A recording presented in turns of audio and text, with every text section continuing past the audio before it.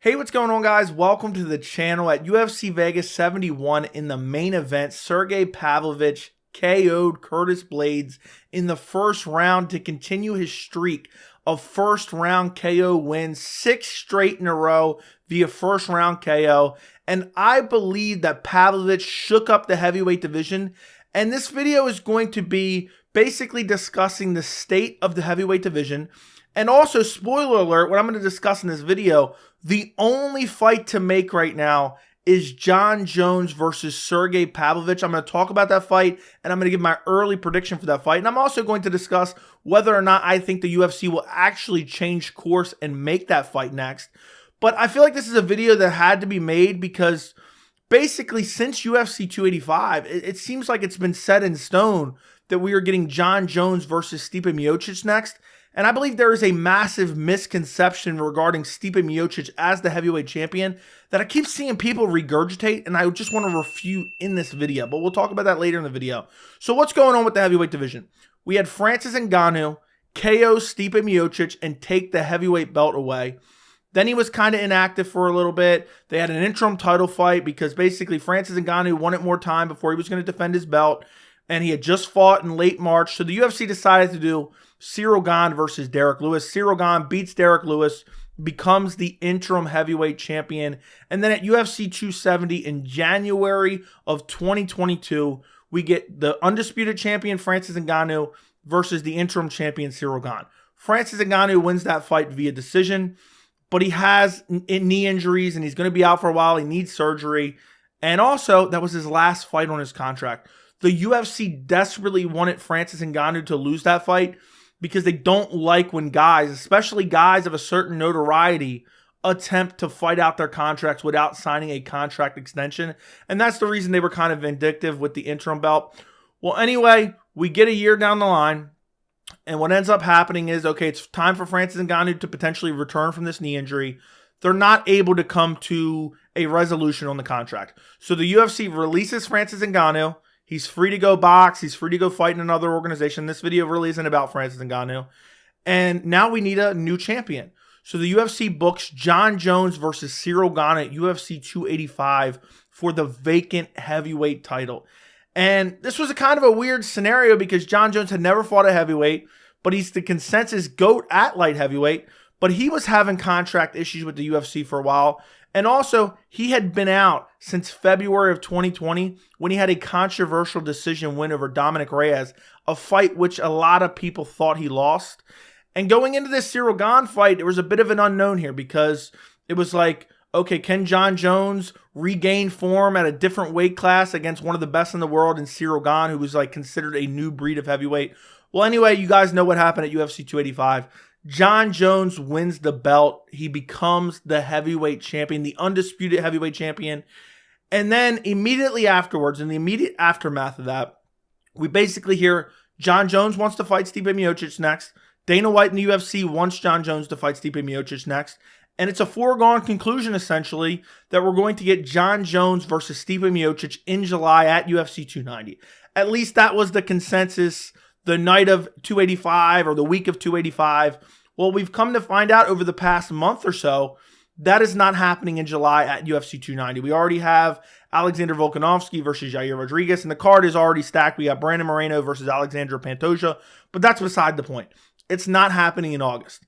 Then we've had Jon Jones come out and basically say, look, the UFC kind of wants me to fight in November, and how cool would it be for me to fight Stipe Miocic in November and then retire afterwards? This is my last fight in my hometown. I'm going to beat Stipe Miocic, who most people consider the GOAT of heavyweight in the UFC, and then I'm going to retire. And that leads a lot of questions up in the air. Is Jon Jones going to retire? We'll talk about that, all that in this video. And that was kind of super disappointing for a lot of us fans because we're like, wait a second. Jon Jones has sat out for 3 years. He returns in March. He doesn't take any damage. He wins the fight in impressive fashion. Finishes Ciryl Gane in the first, 2.5 minutes. And now he's going to sit out for another, 6, 7, 8 months before he fights Stipe Miocic, who Stipe Miocic hasn't fought since March of 2021. So by the time November comes around, we're talking almost 3 years. We're getting up there to 3 years since Stipe Miocic last fought. But that was like set in concrete. Like that is the fight we're going to see. And as of like last week, Dana White was saying, yeah, that's what we're aiming for. We're aiming to do Jon Jones versus Stipe Miocic in November at Madison Square Garden. And I thought, okay, that's probably what's going to happen. But that also raises a lot of questions, like what's going on with Conor McGregor and Michael Chandler? Are they ever actually going to fight? Is Conor ever going to get off the PEDs? Well, anyway, that's a topic for a whole nother video.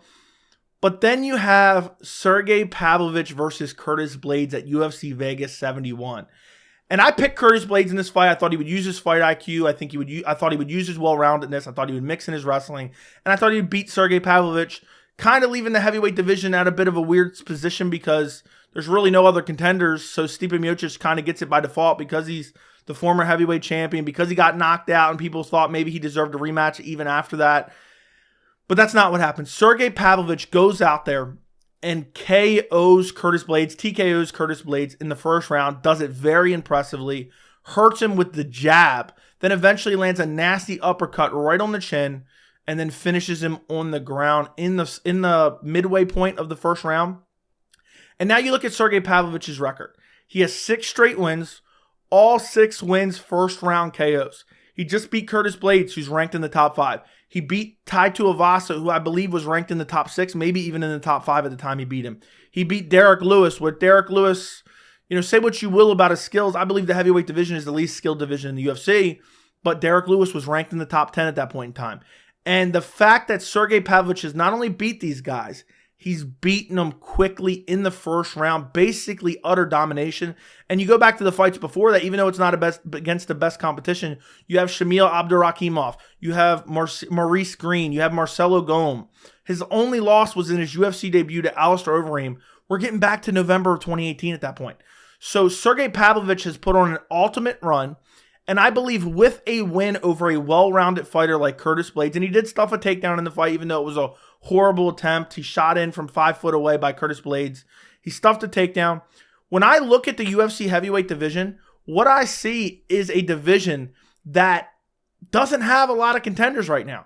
You don't have a lot of contenders in the division, and what I see is Sergei Pavlovich, and the rankings aren't out yet. The rankings haven't updated since UFC Vegas 71. Sergei Pavlovich needs to be ranked number 1. Right now, number 1 is Ciryl Gane. No way. There's no way. Ciryl Gane's on a 2-fight. No, he's not on a 2-fight losing streak. I forgot he fought Tai Tuivasa. But he's lost 2 out of his last 3. We're ranking him at number 1 versus Sergei Pavlovich, who's ran through 6 straight opponents in the first round of decent competition. Again, the heavyweight division, the skill level there isn't the greatest, but you get the point. I think Pavlovich has to be the number 1 contender. Forget about Stipe Miocic. We need to see Jon Jones versus Sergei Pavlovich. That is the fight to make. And I know some people are going to say, and, I've heard this time and time again, Stipe Miocic was the greatest heavyweight champion of all time. Stipe Miocic was the longest reigning heavyweight champion of all time. Listen, guys, that is a misconception here, because Stipe Miocic was the longest reigning heavyweight champion of all time after he won the belt the first time. He won the belt back in May of 2016 against Fabricio Werdum. He then defended against Alistair Overeem. He then defended against Junior Dos Santos. He then defended against Francis Ngannou. But then in July of 2018, he lost to Daniel Cormier. He got KO'd in the first round. And he sat around and got an immediate rematch, which I agree with at the time. He got KO'd in the first round. We didn't really get to see the fight play out. He was the longest reigning heavyweight champion. Let's see a rematch. We saw a rematch. He beats Daniel Cormier at UFC 241 back in August of 2019 to regain his heavyweight belt. Then he defends one time against Daniel Cormier in the trilogy. These guys were fighting once a year, every year. And then he loses to Francis Ngannou. So at the time he lost the belt to Francis Ngannou, he only had 1 title defense from that, reign of being heavyweight champion. He had already lost to Daniel Cormier. He had already lost him. That reign that people keep specifying, we're going back to, 2018, January of 2018, when you're talking about the longest reign of all time. Since then, he is now 2-2 in his last 4. And at this point, Stipe Miocic's claim to the heavyweight title, I mean, it's coming up on, by the time November comes around, it's going to be almost 3 years. It's coming a little over 2.5 years at that point in time. Right now, it's over 2 years since Stipe last fought, and he got brutally KO'd by Francis Ngannou in the second round. Stipe Miocic saying, I deserve a heavyweight title shot, and the fans saying, Stipe deserves a heavyweight title shot. That is essentially the equivalent of Uncle Rico from Napoleon Dynamite standing in front of his camera in a field throwing footballs and saying, yeah, coach would have put me in fourth quarter, we would have took states. Okay? Stipe Miocic has not fought in 2 years. He's 2-2 in his last 4 fights. He's getting up there in age. Why do we want to see Stipe Miocic fight for the belt? He's only 40 years old, and I know that's not particularly old for the heavyweight division, but why, when we have Sergei Pavlovich, who's only 30 years old, he's 10 years younger, and he's on a 6-fight win streak, all by first-round KOs. We need to see Pavlovich. Stipe Miocic needs to fight a contender. The heavyweight division isn't full of contenders. Stipe Miocic goes out there and fights one contender. At heavyweight, he can fight, Tai Tuivasa, or he can fight Curtis Blaydes coming off a loss. He gets one win, he's right in that discussion. But for the time being, the most logical matchup to make, and I believe, and you guys will have to comment down below and let me know if this is true. The fight the fans want to see is Jon Jones versus Sergei Pavlovich. When I get interested in the fight, what I think of is, okay, what are the chances that this guy wins? What is the threat to the title, basically? When I look at Jon Jones versus Stipe Miocic, I get it. Stipe does have a chance to win. He's very well-rounded. He's a former champion. He's highly skilled. But he sat out for 3 years almost by the time that fight will have taken place. I don't need to see a Stipe Miocic who has ring rust, who's been sitting out for 3 years, who's 40 years old, who's been working at the fire department for the last 2 years, basically, just answering phones. I don't need to see that against Jon Jones. Let him get back in there. Let him get a win. Then he can get a title fight. Jon Jones versus Sergei Pavlovich is a much more compelling fight because the perceived level of threat, and this is my opinion, the perceived level of threat of Sergei Pavlovich taking Jon Jones' title is much higher than Stipe Miocic potentially taking Jon Jones' title, because that's what makes a fight most compelling for me. Because early prediction, I think Jon Jones washes Stipe Miocic, and I think we never see Stipe Miocic again. Pavlovich, with that power and that explosiveness and the striking in the first round and the ability to just go out there and get in a firefight and win, that makes it very interesting. This is like a Family Dollar version, and that's selling it short a bit, of Jon Jones versus Francis Ngannou. I've always wanted to see Jon Jones against like a crazy KO power puncher. We lost Jon Jones versus Anthony Rumble Johnson. Rest in peace. We lost Jon Jones versus Francis Ngannou.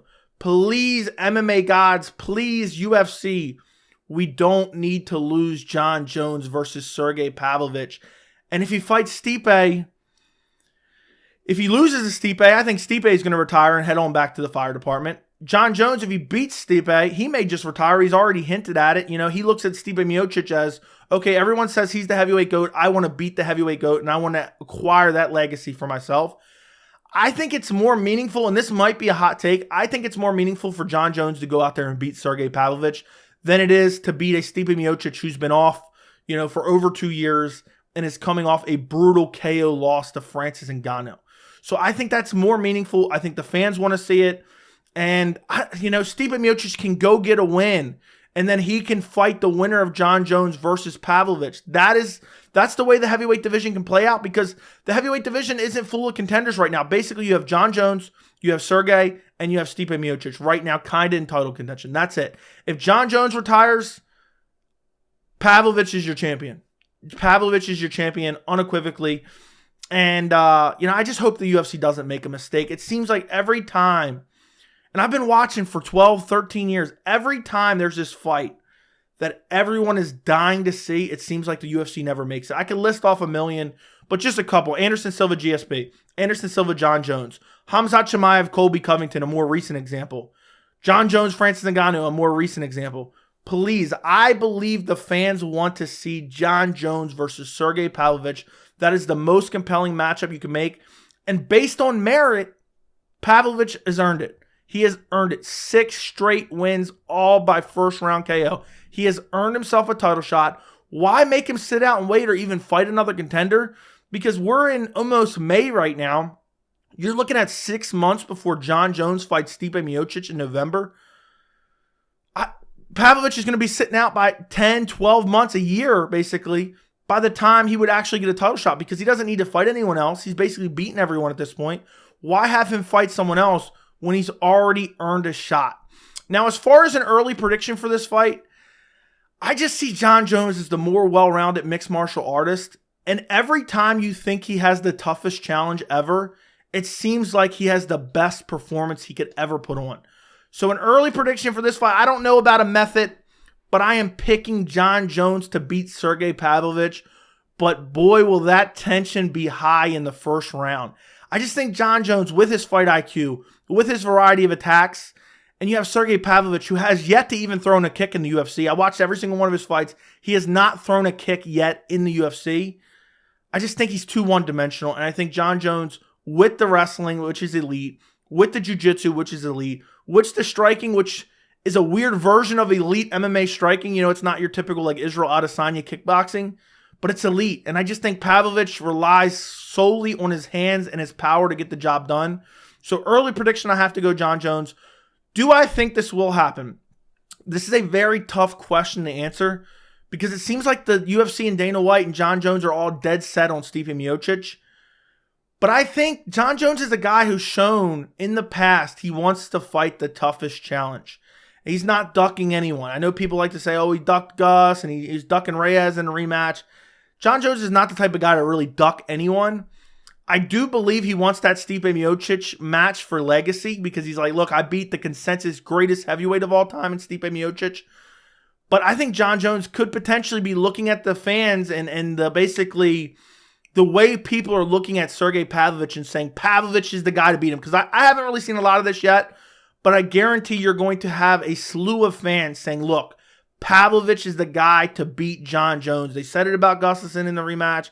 They said it, about every which guy. They said it about Glover. They said it about everyone, basically. They said it about DC. They said it about Cyril Gane. They're going to say it about Pavlovich. And I think Jon Jones, with the right deal from the UFC, maybe they give him a pay increase or something along those lines. I don't know. He just signed a new contract, so he probably doesn't even need that. I think Jon Jones will take that fight 100%. I don't believe any of these guys. It's very rare that I think a fighter is scared of another fighter. Jon Jones is not scared of Sergey Pavlovich, okay? And if he believes it will earn him more, compliments towards his legacy and define his legacy a little bit more than a Stipe Miocic win, he will fight Sergey Pavlovich. But does the UFC make it? I'm not really sure. But I will say this. Stipe Miocic is notoriously hard to negotiate with. So is Jon Jones. Stipe Miocic has been out for over 2 years just demanding a title shot. And I think Pavlovich earned a lot of hype last night, defeating Curtis Blaydes, who's very well-rounded. A lot of people, myself included, were saying, look, Curtis Blaydes might be the stylistic worst matchup for Jon Jones. I think it could lead the UFC to booking Jon Jones versus Sergey Pavlovich. Official prediction, whether or not it happens, because I've just been sitting here kind of tossing it back and forth. I think Stipe Miocic is going to get skipped over. I think he's going to be too hard to negotiate with. And I think in November at MSG, we will get Jon Jones versus Sergey Pavlovich for the heavyweight title, maybe even sooner. Because without Stipe Miocic, I think Jon Jones will probably step in the cage sooner. So it could happen in August. It could happen in September. Maybe September would be a good date for it. They don't have anything for September right now as far as I know. So you could see it. My official prediction, I'm going to say Stipe Miocic does get jumped over, does get tossed to the side, and the bigger fight is made. Because I believe Jon Jones versus Sergey Pavlovich is a massive fight. I believe it'll do over 1 million pay-per-view buys. People are always talking about this guy's a draw, that guy's a draw. Jon Jones has shown over the history of his UFC career, he is a draw when put against the right opponent. Against Daniel Cormier, massive pay-per-view sales. Against Gustafsson the second time around, massive pay-per-view sales. And I believe Jon Jones versus Pavlovich would be massive for as far as pay-per-view sales. And I think it is the only fight to make. But let me know what you guys think about all this down in the comments. Don't forget to like the video. Make sure you subscribe to the channel. And thank you so much for watching.